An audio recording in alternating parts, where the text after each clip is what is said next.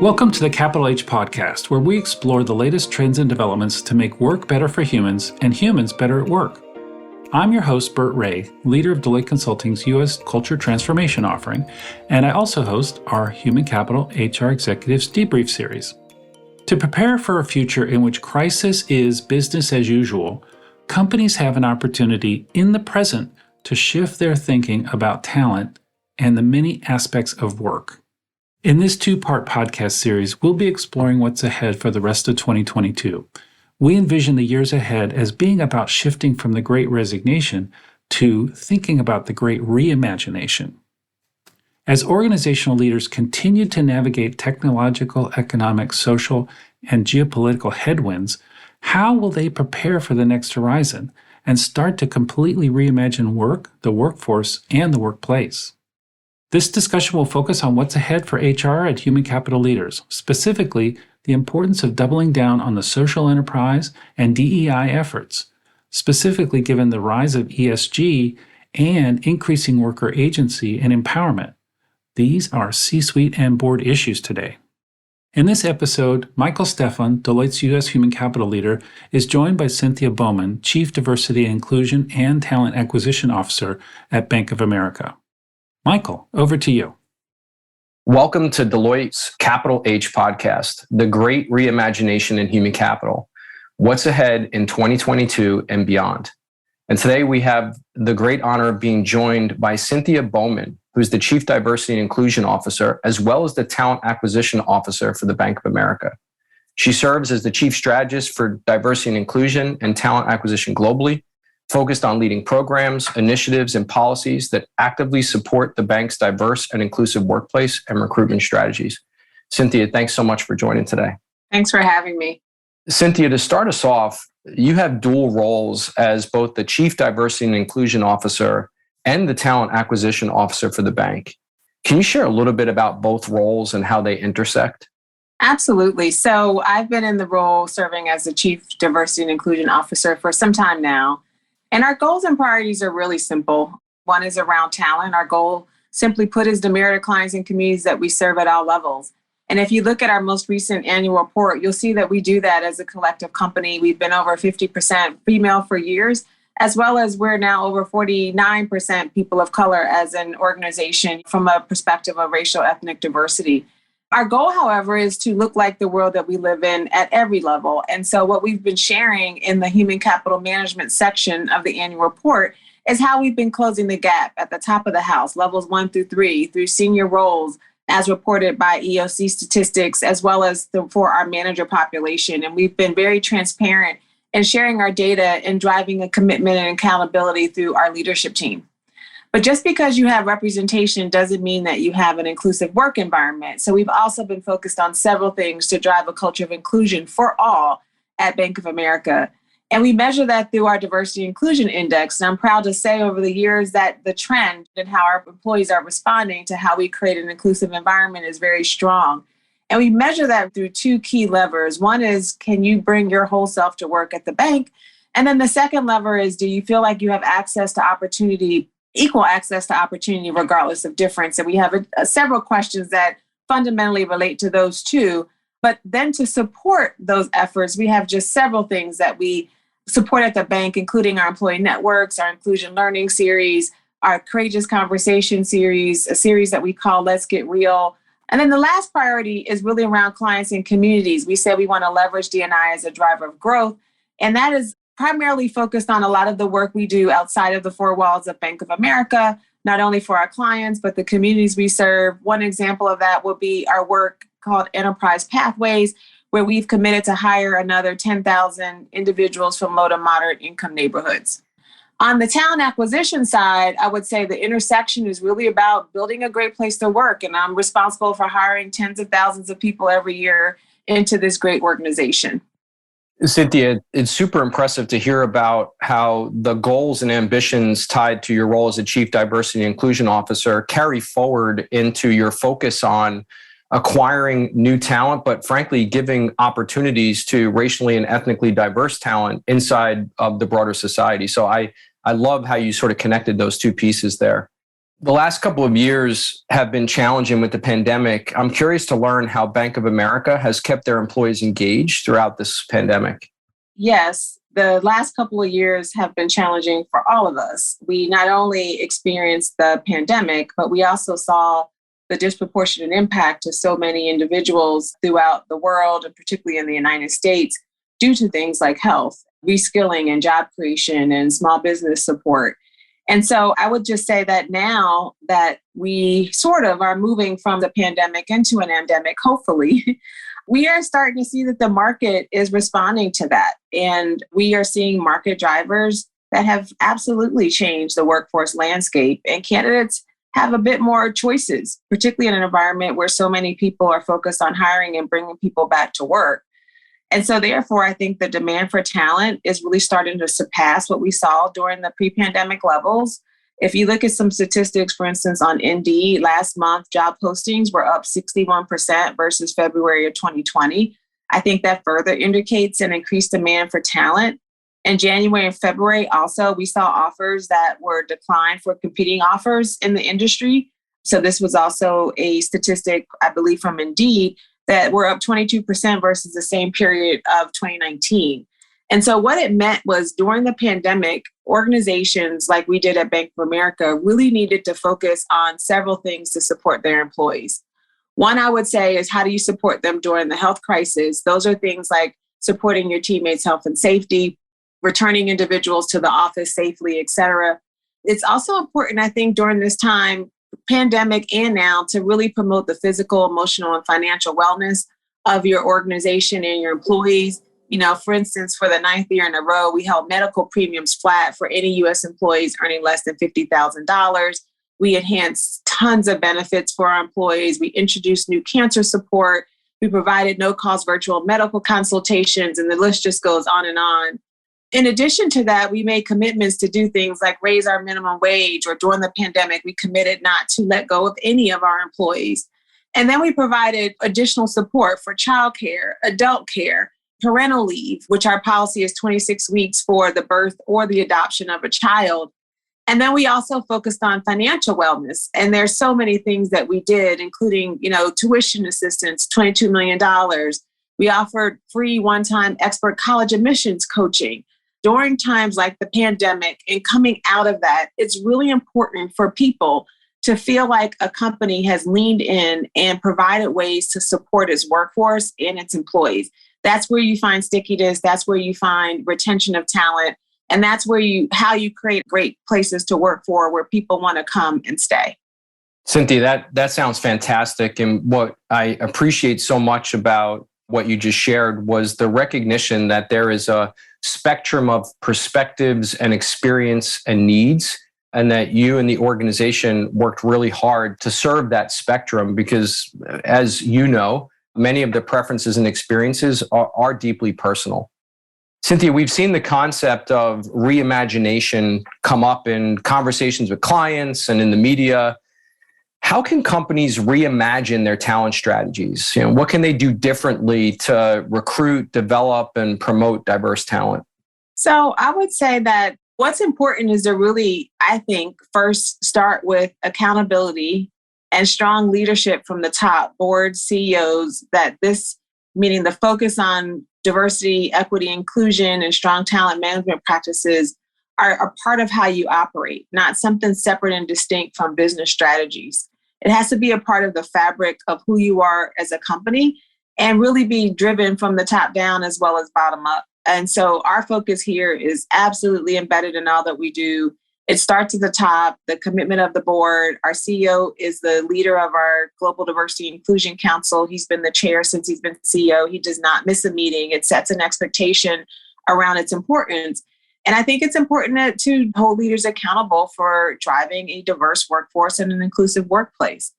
In addition to that, you can have programs and initiatives, but I don't know that programs and initiatives, although they have a lot of great aspects to them, are the solution if you don't have accountability. They have to be coupled together. But certainly you should focus on your recruiting efforts. Where are you recruiting? Are you recruiting at tribal institutions, Hispanic serving institutions, HBCUs, as well as PWIs? You should focus on how you develop and retain talent. What are your practices? Do you have policies in place that creates diverse slates? Do you have stay conversations? You should focus on things that help connect your talent to the company. And those are all the benefits and the programs that I just talked about. In addition to that, you should think about, your pay equity, and do you have equal work for equal pay, particularly from the perspective of male, female, or from, majority groups versus those that have historically been the minority. And I think you have to support with honest dialogue on topics that matter to your organization in a way that drives inclusion. And it's not about who's right or wrong, but it's about creating empathy and understanding around difference through conversation and dialogue.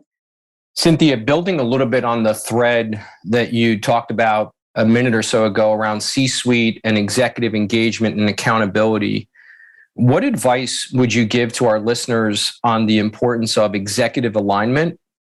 And how have you sort of taken the lead on building that alignment around the broader organization specific to the diversity, equity, and inclusion efforts? Yeah, sort of as I mentioned, first and foremost, D&I is truly embedded in all that we do. It absolutely starts at the top. We have commitment, as I mentioned, from our board, our CEO, our Global Diversity Inclusion Council, really to push and ensure we're driving progress, because it's all about outcomes. It's not about another initiative. It's about what outcomes are you driving to look like the world you live in and create an inclusive workplace. I would also say that our CEO, as I mentioned, is extremely passionate about D&I. You can't just talk the talk anymore. You have to walk the walk, and you have to show outcomes associated with your commitments. As an example, we rolled out some manager training, and D&I was the first module where we really talked to all of our leaders across our company about accountability, not just about terms and concepts, but really what does accountability look like, and what kind of actions when you think about the life cycle of talent.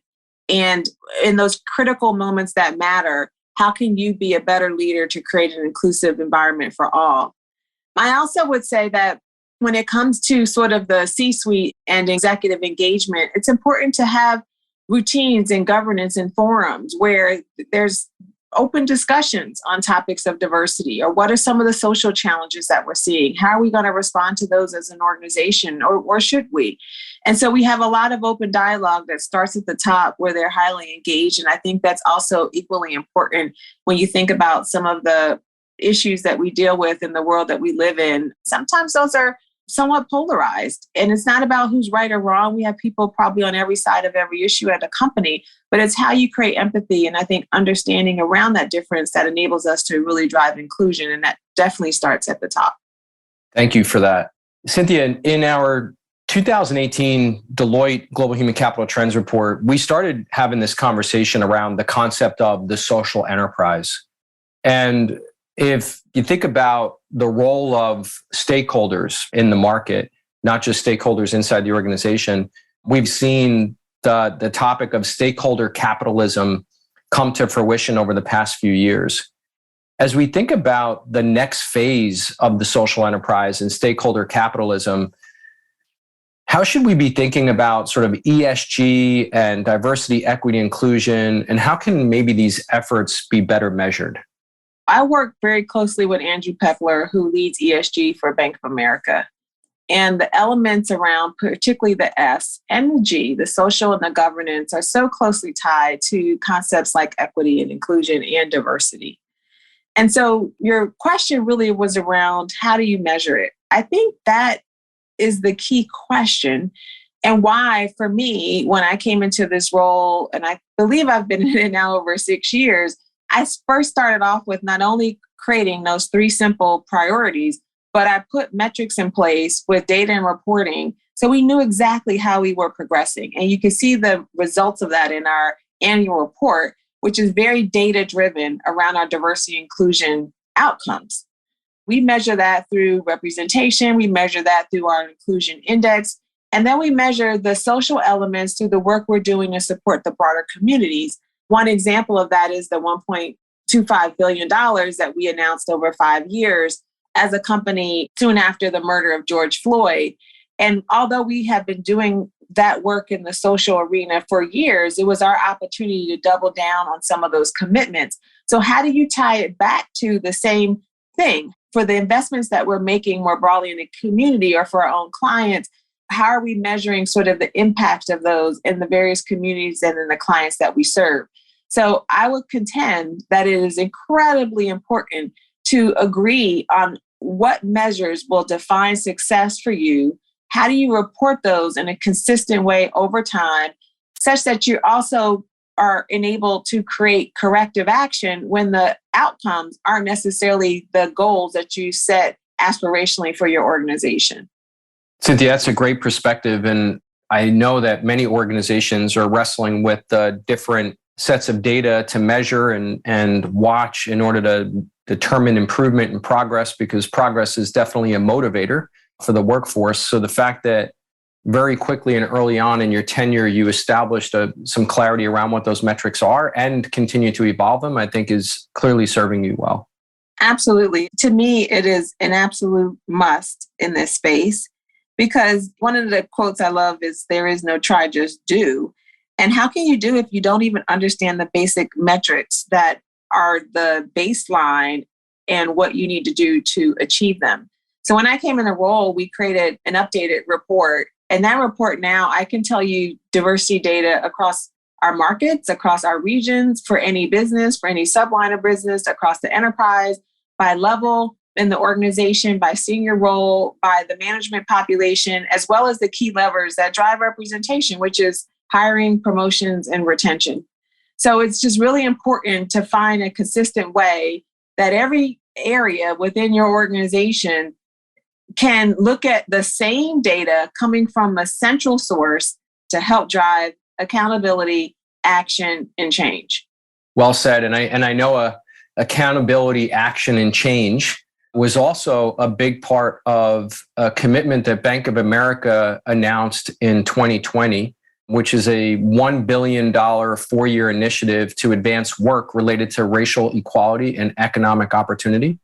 I think the following year, this year, increased the commitment to $1.25 billion over 5 years. So can you talk a little bit about how the bank came to that decision last year and maybe an update on how that's going so far?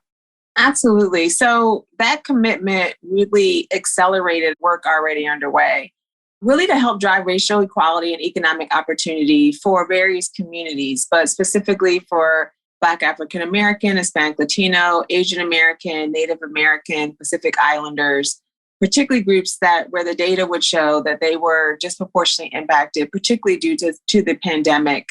And the commitment was aligned to our focus on driving responsible growth for our clients, our shareholders, our employees, our communities, and advances a lot of the progress that we are committed to drive in 4 key areas.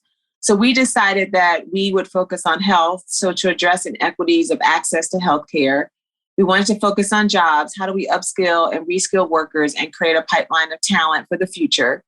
We wanted to focus on small businesses. How do we support small and minority-led businesses, particularly those that were impacted greatly during the pandemic? And then the last area was housing. We wanted to create a path to affordable housing as well as neighborhood revitalization.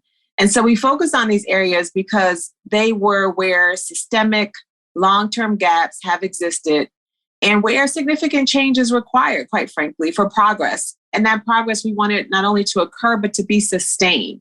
So when you think about to date, we've directly funded or invested already more than $450 million.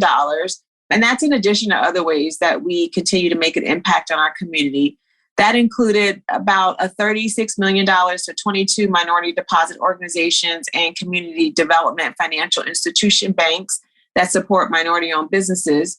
That's in addition to our already approximately $100 million in deposits to MBIs and our existing $2 billion CDIF portfolio. We've also provided more than $300 million to over 100 equity funds. Those funds will help provide capital to diverse entrepreneurs and small business owners. And of the funds we've invested in, approximately 70% are led by underrepresented managers, so traditionally underrepresented areas. $10 million grant to fund the Center for Black Entrepreneurship in partnership with Spelman College, which is where I graduated from undergrad, as well as Morehouse College. My husband is a grad and my son is there today. $25 million to 21 community colleges, which also included historically Black colleges and universities and Hispanic serving institutions. Another 25 million as a founding partnership to the Smithsonian's new initiative on race. It's called A Shared Future, Reckoning Our Racial Past. And then lastly, another 1.35 million in support of mental health initiatives for young people in partnerships with various external organizations. And we're just a few years in, but the work will continue to drive out, hopefully, and create really more economic opportunity in the future within the communities that we serve as an organization. Well, Cynthia, it's incredibly clear that you are an organization that is not going to settle or get complacent. Congratulations to you and the team and the entire organization on such tremendous momentum and impact already. Thank you. Looking back over the past 2 years, what have been the major leadership lessons learned that you're carrying forward this year and beyond? I've learned a lot in this role because I talk to so many people who have perspectives, viewpoints, backgrounds, and experiences that are very different than my own. And I actually think that that's healthy. And I want more people to talk to people who don't have their same views and perspectives and listen to understand, not just to reply. Because what I've learned is that most people's intentions are good, but we have to be more aware of the situations of all to help influence how we think about truly creating an environment that is equitable for everyone. And I think in order to do that, you have to lead with empathy and grace. I think you have to give space for grace. Everyone's not going to say things right the first time, or you're not going to always agree, but I think we can grow together. I think we have to focus on mental health. And we have seen a lot of the statistics and the growth and the impact that the pandemic has had. And I think for our youth and for our employees and the broader workplace, it's a critical topic and a lesson learned that every organization should really be thinking about their offerings and services. And then I just think, look, support of everyone during these challenging times is key. And I've learned that by reaching out and connecting with my team, asking them how they feel in key moments, debriefing major issues that are happening in the world, and taking some time off an agenda just to kind of let people know that we care about topics. Inclusion doesn't have to be super complex. You could start with asking people, have they ever felt excluded? Is there anything I'm doing as a leader that's not creating an inclusive environment for you? How did you feel when this particular topic happened or this situation occurred? I love that. And I certainly also really appreciate that the conversation around the importance and value of emotional intelligence in leaders is getting more and more airtime than it has historically, for sure. I think it's a business imperative. I agree. And I also loved your statement about seeking to understand. I heard a quote that said, seek to understand before being understood. And I think dedicating the time to really listen and ask questions is key to any form of leadership, regardless of level. Absolutely. Cynthia, as we close out the episode, I'll ask you a two-part question. Let's start with the first one. What can our audience do now to advance DEI efforts? Yeah, I think this one is pretty straightforward. I would ask you first, do you have a clear, compelling, and simple strategy that is measurable and well understood? And if the answer is no, I would suggest to go and create it. The second thing I would say is you have to go beyond the business case. We are beyond the business case. We know, and there's all types of research, including research that was conducted by Deloitte, that would tell you that companies that are more diverse and inclusive outperform their peers. So the question really is not more of the business case, in my opinion, but putting pen to paper and creating a strategy that starts to drive more inclusion and diversity in your organization. And then, as I mentioned before, it is super important to measure it and then report over time on your progress. And to the extent that that could be top-down driven, which is how it is at the bank, I think that will help to enable success and set expectations around the commitment and the ownership of the results by the business, not just HR, not just D&I, but by the leaders who are in positions to hire, attract, and retain talent in the organization. So sticking on the topic of DEI, As we look ahead, what do you see as the future state of DEI for the balance of this year? And then where do you see it going over the next 2 to 5 years? Look, I think there's just still so much more work to do in many places. And I'm proud of the fact that I do think that the maturity and the progress of the work we're doing at Bank of America has evolved over time and has been, foundational to our organization. But every company is not at that same stage or that same level of maturity. At the end of the day, it's all about transparency and accountability. Be data-driven and hold yourselves accountable and the leadership team accountable for success. I think those are the key elements for the future of diversity. But at the end of the day, it's about creating a workforce that looks like the world you live in across every level, not just at the entry level. It's about creating an environment where people can walk in the four walls of your company and not feel like they have to be someone else when they come in or when they leave. And it's about equity. It's about creating processes that remove bias, promote more inclusion in your everyday practices, from the time you hire, how you onboard, how you conduct calibrations, how you retain talent, how you recognize talent, how talent leaves your organization. You should be asking the question across every life cycle of decisions that leaders make around how do we remove bias, how do we mitigate it, what are the key practices that we know help drive more inclusive workplaces or environments, and put those in place. Because it's really all about business practices where decisions are made by leadership and ensuring that those are embedded in your business practices, your business reviews, and not something that's perceived as separate and one-off. And from a talent acquisition perspective, look, there's a war for talent right now. So to the extent that your benefits, your programs, your brand stands for inclusion, I think you find now that the classes coming in, particularly off campus, regardless of the institution, they want to see a focus on ESG. They want to know that you care about diversity and inclusion. So it's really important for companies to align their practices to the topics that matter most to this next generation and help to elevate that so that you can not only win the war for talent, but keep the talent and drive internal mobility and success for your workforce. Well, Cynthia, thank you. We so appreciate your time. We are grateful for your perspectives, your experiences, and your stories. Thanks so much for spending time with us. Thanks for having me. It's been a pleasure.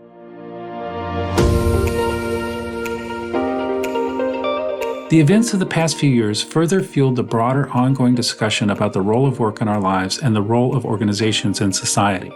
Organizations will have to realign on their vision for the social enterprise and reinforce their purpose to attract and retain talent and realize workforce potential as they look ahead to the rest of 2022 and beyond. A big thanks to our guests, Cynthia Bowman and Michael Stephan. Thank you both. And thanks for listening. Be sure to stay tuned for our next episode. This podcast is produced by Deloitte. The views and opinions expressed by podcast speakers and guests are solely their own and do not reflect the opinions of Deloitte. This podcast provides general information only and is not intended to constitute advice or services of any kind. For additional information about Deloitte, go to deloitte.com/about.